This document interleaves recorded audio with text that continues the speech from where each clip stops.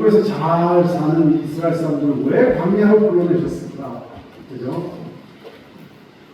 물론 오래 생활했습니다. 그렇지만 먹고는 살았습니다.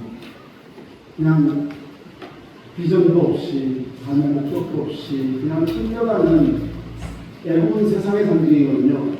세상에 끌려다니는 대로 우리가 눈에 보이지 않는 쇠사슬에 끌려서 일이 끌려가고, 세상의 유행에 끌려가고, 세상 가치관에 끌려가고, 세상의 그 물결에 끌려가고, 이런 삶을 살고 있는 이스라엘 사람들을 광야로 왜 끌어내셨을까 라는 것이 오늘 말씀의 도입이 되겠습니다. 왜 그러셨을까? 하나님께서는 이스라엘을 사랑하셨습니다. 그리고 눈을 떼지 않고 눈동자같이 그들을 지켜보고 계셨고, 그리고 때가 차면 그들의 부족으로 70명이 애굽에 들어와서 거의 200만이 넘는 사람들이, 장정만 60만이었으니까 아이들, 노인들, 여자들 다 합하면 200만이 넘는 그 사람들을 대단한 국가로 만드신 다음에 모세를 부르셨어요. 이 모든 것이 계획 안에서 이루어진 거고, 하나님 섭리가 그것도 선한 계획, 복된 계획, 하나님의 축복된 계획 가운데 그들을 불러주셨습니다. 그렇지만 당사자들 입장에서는 그거를 잘 보지 못하니까 하나님을 원망하고, 모세를 불평하고, 서로 다투고 싸우고 막 이런 그런 모습들을 보였거든요. 우리도 그럴 때가 많이 있습니다. 하나님께서 여러분들의 삶을 믿음의 백성으로 불러주신 것이고, 믿음의 광야로 세상에서 나오게 하셔서 인도하실 때에 하나님의 그 높고 깊은 뜻을 잘 이해하지 못하고, 그냥 조그만 삶에서 일어나는 일 때문에 짜증내고 화내고 또 불평하고, 자기 인생에 대해서도 원망하고, 또 다른 사람에 대해서도 비판하고, 뭐 이런 일들을 참 많이 봅니다. 왜 하나님께서는 이스라엘 사람들을 애굽에서 광야로 불러내셨습니다? 하나님께서는 그들을 따로 만나시기를 원하셨습니다. 그럴 때 광야로 불러내십니다. 광야는 척박한 곳입니다. 광야는 아무것도 없는 곳입니다. 광야는 많은 도전들이 기다리는 곳이지만, 그러나 하나님께서는 모세를, 애국 궁전에서 잘 살고 있는 모세를 미디안 광야로 불러내셨습니다. 왜 불러내셨을까요? 그를 1대1로 만나시기를 원하셨습니다. 모세가 하나님 어떻게 만나신 걸 아시죠?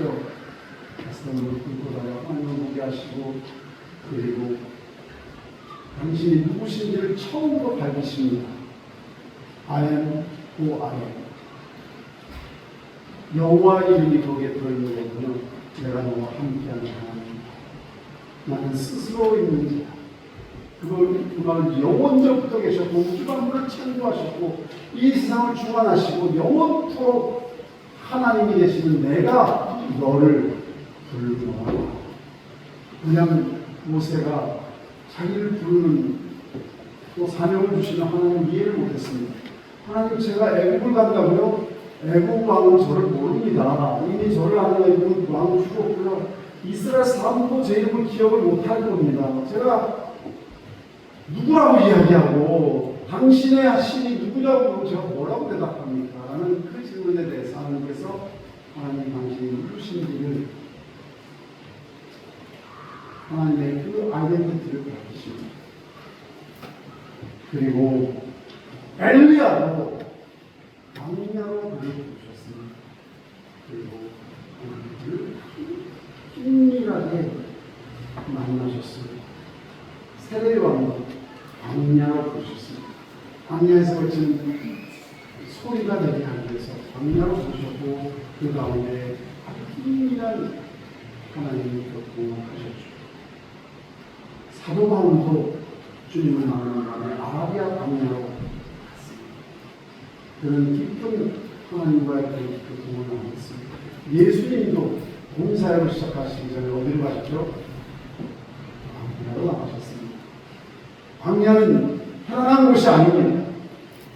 혹시 여러분들 중에 내 인생이 지금 광야인 것 같다고 생각하시는 분 계신가요? 어떤 분들에게는 이 아들레이드 땅이 굉장히 기쁘고 즐거운 땅일 수도 있지만 어떤 분에게는 내가 지금 왜 여기 왔지? 친척, 가족 다 한국에 놔두고 왜 내가 여기 왔지? 왜 하나님이 나를 여기로 몰아넣으셨지? 라고 하시는 분들도 계시고 꼭 무슨 세상이 뭐 살기 좋고 뭐 물질이 풍성하고 그게 광야가 아니라 어떤 분들은 너무 풍성하게 잘 계시지만 영혼이, 마음이 광야와 같은 분들도 계실 겁니다. 광야는 외롭습니다. 광야는 거칩니다. 광야는 정말 의지할 곳이 없는 곳입니다. 내 마음이 그렇게 공허하고 또 마음이 거칠고 마음에 의지할 수 없는 그러한 광야에서 밤을 새고 계신 분은 안 계십니다. 하나님께서 왜 나를 그쪽으로 인도하셨을까? 여러분, 하나님을 만나시기 위해서 우리를 광야로 부르십니다. 광야에서 깊은 하나님과의 만남 속에서 그들은 삶이 변합니다. 저에게도 그랬고 여러분들도 마찬가지일 겁니다. 많은 분들의 신앙 이야기 들어보면 하나님을 만나는 것이 인생의 광야에서 만났다고 이야기합니다. 물질이 풍요한 그런 이 세상을 지금 얘기하는 게 아니라요. 여러분들의 그 삶의 광야. 정말 나에게 왜 이런 일이 일어나지? 왜 나에게 이런 어둠의 길을 가게 하실까? 그 광야는 만남의 장소입니다. 하나님을 만난 사람들은 변화하고 세례요한도 변했고 바울도 변했고 엘리야도 변했고 모세야말로 극적으로 완전히 인생의 반전을 이룹니다. 여러분, 하나님은 우리를 만나시기 위해서 광야로 부르시고 오늘 이 시간 인생의 광야를 걷고 있다라고 생각하시는 분들이 계신다면 하나님께서 여러분을 만나시기를 원하신다는 것을 꼭 명심하시기를 주님의 이름으로 축원합니다. 만나시기 바랍니다. 그리고 만나면 우리는 변화합니다. 하나님은 우리에게 변화를 주시기를 원합니다. 이스라엘 사람들이 애굽에서 노예 근성에 사로잡혀서 460년 동안 그저 하는 것은 이제는 그냥 끌려다니는 삶밖에 없습니다. 의미가 없는 삶입니다. 타인에 의해서 끌려다니고 다른 사람의 가치관과 다른 사람의 인생관과 다른 사람들의 그 삶의 흐름 속에서 그냥 끌려가는 인생, 먹다 죽는 인생, 노예 근성에 눈치만 보는 인생, 그저 하루 때우는 인생, 비전도 없고 목적도 없고 삶의 의미도 없고 먹고 살기 위해서 생존하기 위해 사는 인생. 하나님께서는 이스라엘에서는 그렇게 살기를 원치 않으셨습니다. 신의 삶으로 그들을 불러주셨어요.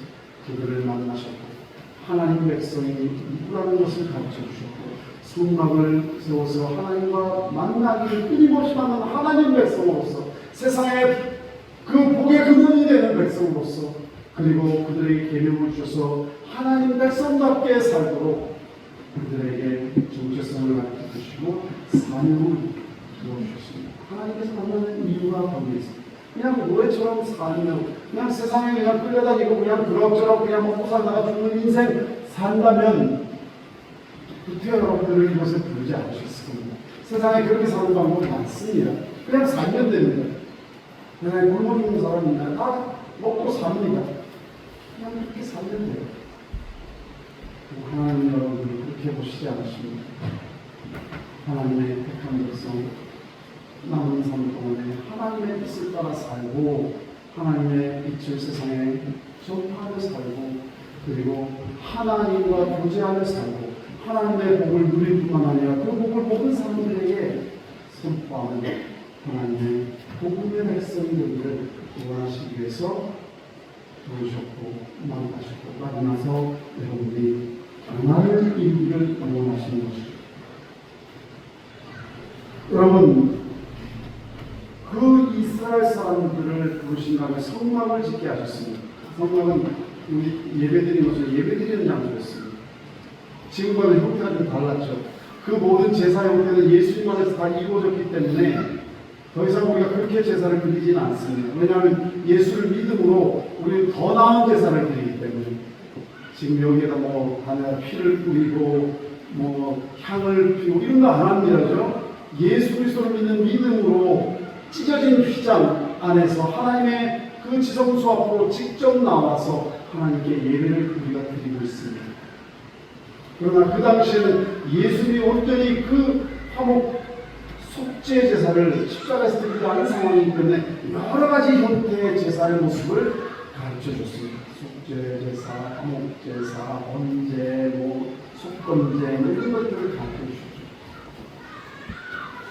그런 모습을 통해서 성막을 지었는데 그 성막을 세우는 순간 하늘의 구름이 그 성막을 확 덮었습니다. 그리고 밤이 되니까 그 주변이 불기둥으로 환하게 비쳤습니다. 그건 뭘 의미할까요? 내가 너를 불렀고 내가 너를 만났고 내가 너와 함께한다라는 것을 나타내시는 것입니다. 여러분, 하나님의 그런 기도와 불기둥이 오늘 우리에게는 무엇이죠? 하나님의 말씀과 성령입니다. 성령의 불길이 우리를 인도하고 계시고요. 하나님의 말씀이 우리를 어디로 나가야 될지 방향을 제시하고 계십니다. 여러분들에게 성령의 말씀이 있고 여러분들에게 성령의 인도하심이 있다면 그건 뭘 의미할까요? 하나님이 우리와 함께 하십니다. 우리 되시기를 주님의 이름으로 축원합니다. 이 시간 말씀 없이 사는 사람들 너무 많습니다. 여러분, 하나님 말씀으로 인도받고 있죠. 주일마다 이렇게 하나님 말씀이 집계되고 선포되고, 그리고 주중에도 여러분들이 읽은 성경책일 수도 있고 모바일폰 앱을 통해서 읽는 성경일 수도 있고, 그러나 하나님 말씀이 여러분들을 늘 따라갑니다. 아멘. 하나님이 함께 하신다는 증거입니다. 또 마음 그때 때마다 여러분 안에 있는 성령의 마음에 감동을 주시고 또 지혜를 주시고 위로를 주시고 능력을 주시고, 그것이 하나님이 여러분과 함께 하시다는 증거입니다. 그렇기 때문에 하나님께서는 우리를 인도하신다는 증거를 보여주셨습니다. 하나님 그냥 이스라엘 사람들에게 나타나시면 좋겠지만 이스라엘 사람들은 하나님을 감당하지 못합니다. 그냥 그분은 신이시고요. 그분의 영광을 본 자는 그냥 죽었다라고 고백할 정도로 그 영광을 감당하지 못해요. 그래서 하나님의 영광을 조금이라도 본 사람은 자신이 살아남지 못한다고 생각할 정도로 우리가 섬기는 하나님은 영이시고요. 그리고 그분은 우리가 생각한 대로 무슨 부처상처럼 만들어서 신인의 힌두교 시바신을 만들어서 또는 무당 무슨 돌 이거 아닙니다. 하나님의 영광은 우상과 달라요. 불 속에 일주일 또는 한 달 있다가 나오면요 절대 그냥 눈을 뜨지 못하게 합니다. 눈을 가립니다. 왜냐하면 어두운 가운데 눈을 뜨면 눈 시력을 잃기 때문에. 그런 거 아시죠? 어두운 속에 오래 있던 분들은 절대 그냥 눈을 못 뜨게 합니다. 그냥 감당을 못해요. 마찬가지로 하나님의 영광은 여러분들이 상상하는 그 이상의 영광입니다. 하늘나라에 가면 우리는 그 영광을 부활의 몸을 입고 보게 될 것이죠. 그러나 이 육신의 눈으로는 감당이 안 됩니다. 그래서 하나님께서는 우리에게 이스라엘 사람들에게 구름 기둥과 불 기둥으로 내가 너와 같이 하고 있어라는 것을 보여주시고 계셨고, 구름 가운데 함께 하신, 그래서 내가 너를 인도하고 있음을 보여주신 것처럼 지금도 하나님께서 우리를 성령으로 우리 마음 가운데 임재하셔서 감화감동하시고 그리고 말씀 가운데 함께 하심을 보여주시고 계시는 것이죠. 그리고 하나님께서는 이스라엘 백성들 안에 있는 애국의 속성을 제거하시기 위해서 광야로 인도하셨습니다. 아까 말씀드린 대로 이스라엘 사람은 450년 동안, 거의 450년 동안 노예 근성에 거의 하나님을 잊어버릴 정도로 그냥 하루 밥 먹고 그냥 모범하고 밥 먹은 것이 그렇게 기쁘고 그게 전부였습니다. 그리고 그들에게 내일 가면 어떻게 그 채찍질을 피할 수 있을까?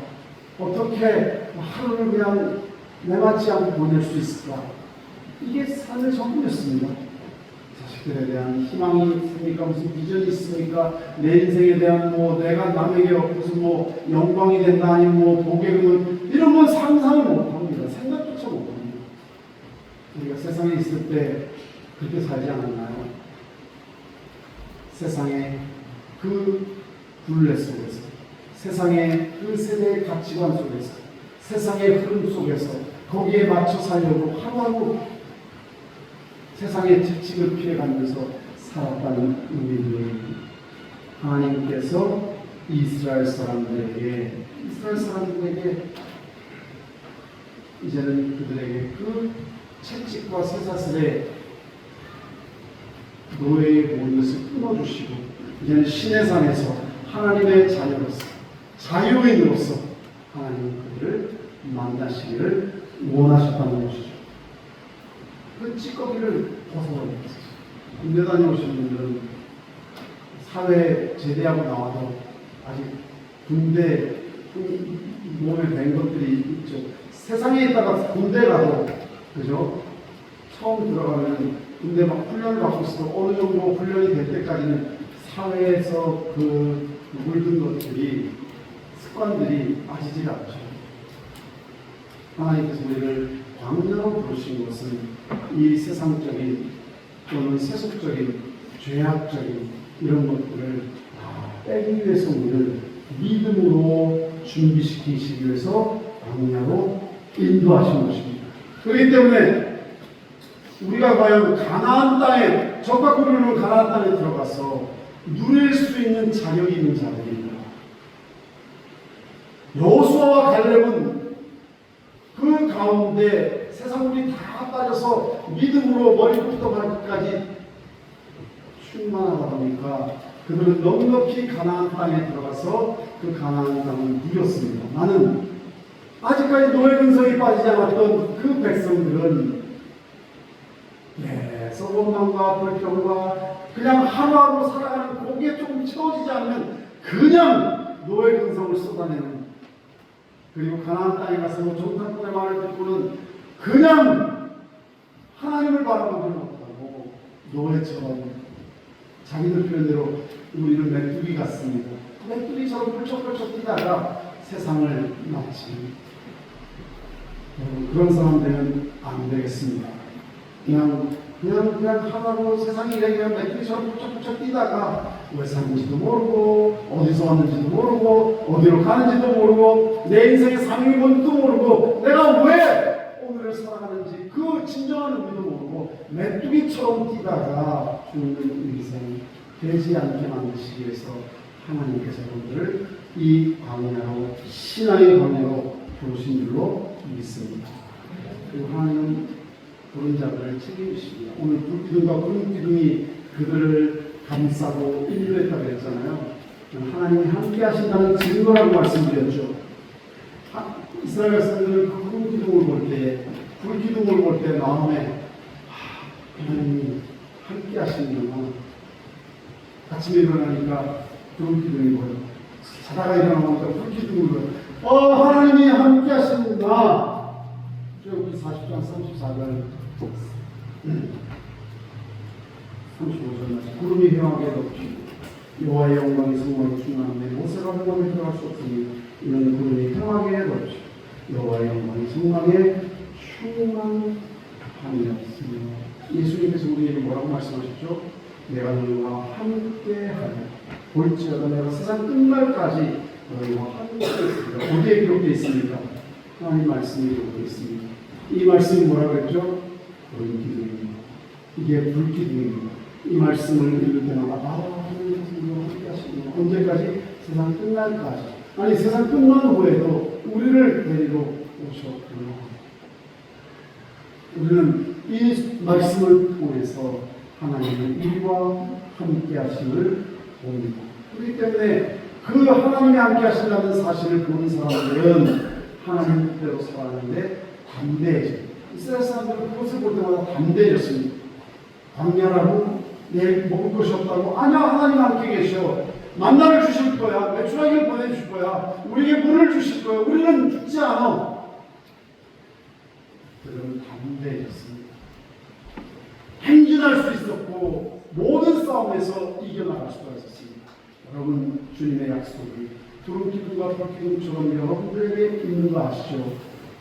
그걸 볼 때마다 여러분은 담대해져야 돼요. 주변이 너무 삭막하다고요? 붙잡을 것이 없는 광야와 같다고요?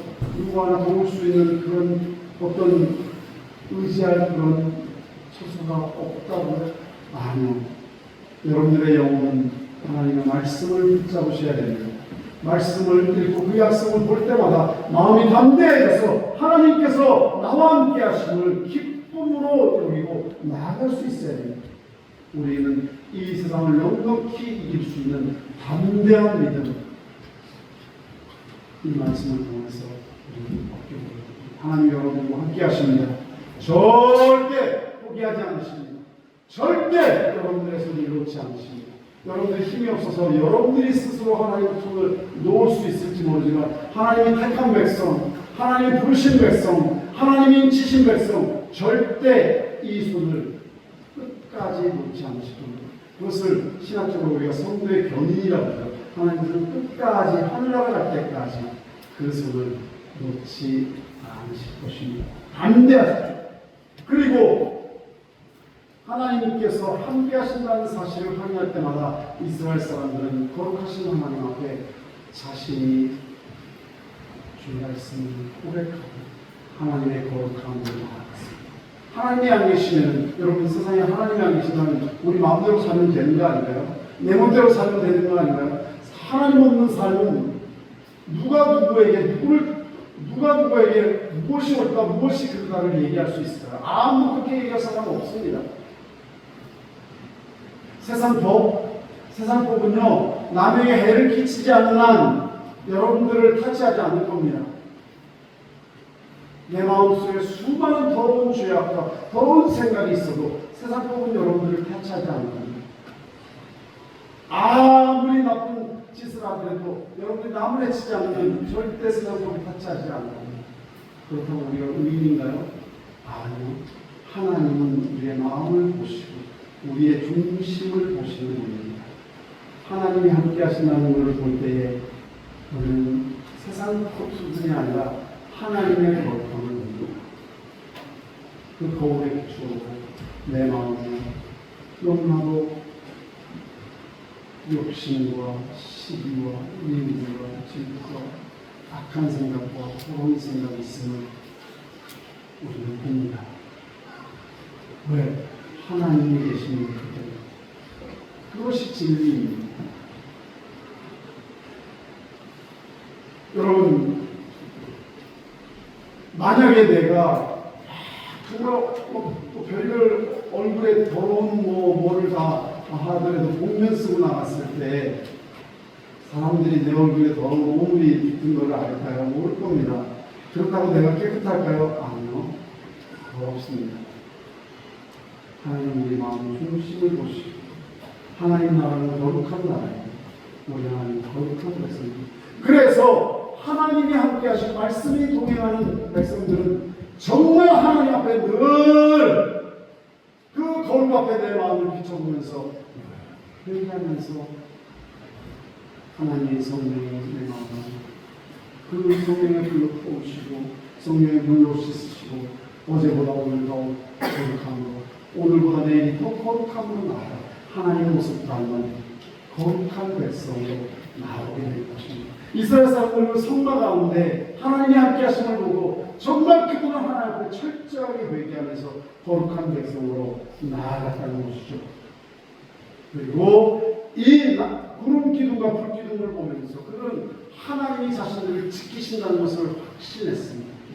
여러분, 하나님 말씀이 여러분들의 귀에 들릴 때마다, 여러분 마음속에 성령이 함께 하실 때마다 하나님이 우리를 지키신다는 것, 여러분 광야라고 두려워하지 마십시오.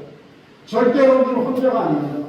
광야와 같은 인생, 나그네 같은 인생, 의지할 것 없는 인생이라고 세상 사람들은 생각할지 모르지만 하나님이 여러분들을 품에 안으시고 끝까지 인도하시고 마지막까지 책임져 주실 줄로 믿습니다. 광야에는 독사도 있고 맹수도 있고 광야에는 무서운 많은 도전들이 있지만 그런 세상에 살지만 하나님께서는 우리를 결코 끝까지 지키신다는 것을 믿으시기를 주님의 이름으로 축원합니다. 구름기둥대는 하나님 말씀이 이렇게 말씀하십니다. 시편 120편 5절에 여호와는 너를 지키시는 이시라. 여호와께서 내 오른손에서 내 그늘이 되시나니 낮에 너를 상하게 하지 아니하며 졸지도 아니하고 주무시도 아니하고 끝까지 주님께서는 우리를 지키시는 자라고 우리에게 약속하고 계십니다. 사드락, 메삭, 아벤느고, 다니엘 세 친구가 풀무불 속에 들어갔는데 거기에 또 한 분이 함께 그들의 손을 붙잡고 계셨습니다. 하나님께서 그들과 함께 하셔서 불에 타지 아니하고 생명을 지킬 수 있도록 지켜주셨습니다. 신명기 33장 12절을 보니까 여호와의 사랑을 입은 자는 그 곁에 안전히 거하고 여호와께서 그를 날이 맞고 보호하시고 그 자기 어깨 사이에 처하게 하시리로다. 하나님께서는 여러분을 꼭 지키실 줄 믿습니다. 세상 두려워하지 마십시오. 미래를 걱정하지 마십시오. 여러분 자녀에 대해서 염려하지 마십시오. 하나님이 먼저 앞서가셔서 길을 예비하실 거고요. 하나님이 여러분들의 그 필요를 먼저 하셔서 예비하실 것이고요. 하나님께서 먼저 하셔서 여러분들의 적들을 다 물리쳐 주실 것이고요. 하나님께서 여러분들을 지켜주시고 어떻게 그러하죠? 우리에게 기도가 불기둥이 있습니다. 오늘 말씀 약속도 그리고 하나님의 성령이 우리와 함께 하십니다. 마지막으로 하나님의 말씀드리겠습니다. 오늘 본 말씀을 보니까 이스라엘 사람들은 그 불기둥이 밤에 갑자기 움직이면 그냥 같이 움직였습니다. 낮에 밤에 불기둥이요. 우리 새벽에 너무 일찍 막 출발해요. 막 구름이 가요. 그러면 그들은 그대로 움직였습니다. 어쩔 때는 구름기둥과 불기둥이 한 달, 두 달, 1년까지도 있었다 그렇죠? 그죠? 그대로 기다리고 있습니다. 저도 궁금하지 않습니다. 마음은 얼마나 급하겠어요. 빨리 가야 되는데 하나님 뭐 하십니까? 빨리 갑시다. 여러분들의 삶이 그럴지도 몰라요. 하나님 언제까지 이렇게 있어야 되죠? 내가 막 움직이고 싶습니다. 내가 막 뭔가를 내 맘대로 하고 싶습니다. 괜찮습니다. 기다리십시오. 하나님께서 더 잘하게 되십니다. 어쩔 때는 막 초조하고 지루하고 어쩔 때는 막 내가 끼고 싶고 그죠? 이들은 끝까지 기다렸습니다. 그런데 어느 날 갑자기 움직입니다. 아직 준비도 안 됐는데 아니 하나님께서 움직이실 때 그들은 바로 움직였습니다. 우리 믿는 사람들의 삶이 그렇습니다. 하나님을 바라보십시오. 하나님을 기다리십시오. 하나님의 약속 가운데 머무십시오. 그것이 가장 복된 길입니다. 하나님이 인도하실 때 순종하십시오. 그게 가장 복된 길입니다. 어쩔 때는 생각지도 않게 막 출발할 때가 있잖아요. 그럼 어떻게 해야 되죠? 항상 준비되시는 삶을 사십시오. 내일 주님이 부르실지 우리는 모릅니다. 오늘 저녁 때 하나님 부르시면 나는 준비되어 있는가? 준비된 삶을 사십시오. 오늘이라도 주님이 부르신다면 꼭 인생의 발걸음을 인도하시는 것이지만 우리 인생을 천국으로 부르실 분이 있거든요. 늘 준비된 삶을 사십시오. 오늘 저녁 때 나를 부르는 여러분 주님께 뭐라고 말씀하시겠습니까? 안 됩니다! 하나님 지금은 안 됩니다! 아니라 오늘 저녁 때 부르실 때도 하나님 됐습니다. 저 하나님 맡기신 삶을 다 감당했고요. 지금 보시더라도 저는 기쁨으로 주님 만나겠습니다. 아직 젊은데 관계없습니다. 20살, 30살, 40살 항상 오늘이 주님이 부르시는 날이라는, 오늘이 푸른 기둥이 움직이는 날이라는, 오늘이 불기둥이 움직이는 날이라는 것을 늘 마음 염두에 두시고 이스라엘 사람들은 광야에서 그렇게 움직였습니다. 이건 뭐죠? 우리에게 주시는 교훈의 말씀입니다. 그렇게 사셔야 됩니다. 아니 10년, 20년, 30년, 40년 더 사신다 하더라도 하나님께서 우리에게 주신 생은 우리가 좋아하는 거 아닙니다. 단지 우리의 마음 중에는 불기둥이 움직이고 불기둥이 움직이고 오늘 이 예배가 끝나고 주님이 부르신다고 해도 주여 서주옵소서. 내가 여기입니다. 오늘 집에 가시면 그 생각을 꼭 하십시오. 나는 정말 준비된 삶을 살고 주님께서 여러분들을 지키십니다. 염려하지 마십시오. 담대하십시오. 세상을 넉넉히 이기게 하실 겁니다. 두려워하지 마십시오. 하나님께서 여러분들과 하나님의 말씀으로 인도하시고 성령으로 인도하실 겁니다. 그게 최선의 길이고 가장 복된 길입니다. 성급하게 내 마음대로 살지 마십시오. 그리고 오늘 이 순간이 마지막이라고 생각합니다. 준비된 삶을 사시기로 주님으로 축복하겠습니다. 오아버지 하나님, 내 삶의 환경이 지금 악나와 같다. 꿈도 흔들리지 말려 주시옵소서. 주님이 나를 만나시기 위해서 부른 신의 산 광야인 줄 믿습니다. 주님이 어디 계신지 주님을 찾게 하시고 주님이 보내신 그 만나와 매출하고 생수의 그 큰 물을 사모하게 하여 주시옵소서. 오 아버지 하나님, 내 맘대로 살지 말게 하시고 내 맘대로 뛰지 말게 하시고 가만히 있어 내가 하나님 됨을 알라고 하신 주님의 그 말씀을 기억하여 주시옵소서. 오늘 이 시간 이 기도가 끝난 순간 나를 주님 부르신다면 내가 여기 있나라 주여 오시옵소서. 기다리는 삶을 살게 하여 주시옵소서. 예수님의 이름으로 기도드립니다. 같이 일어나서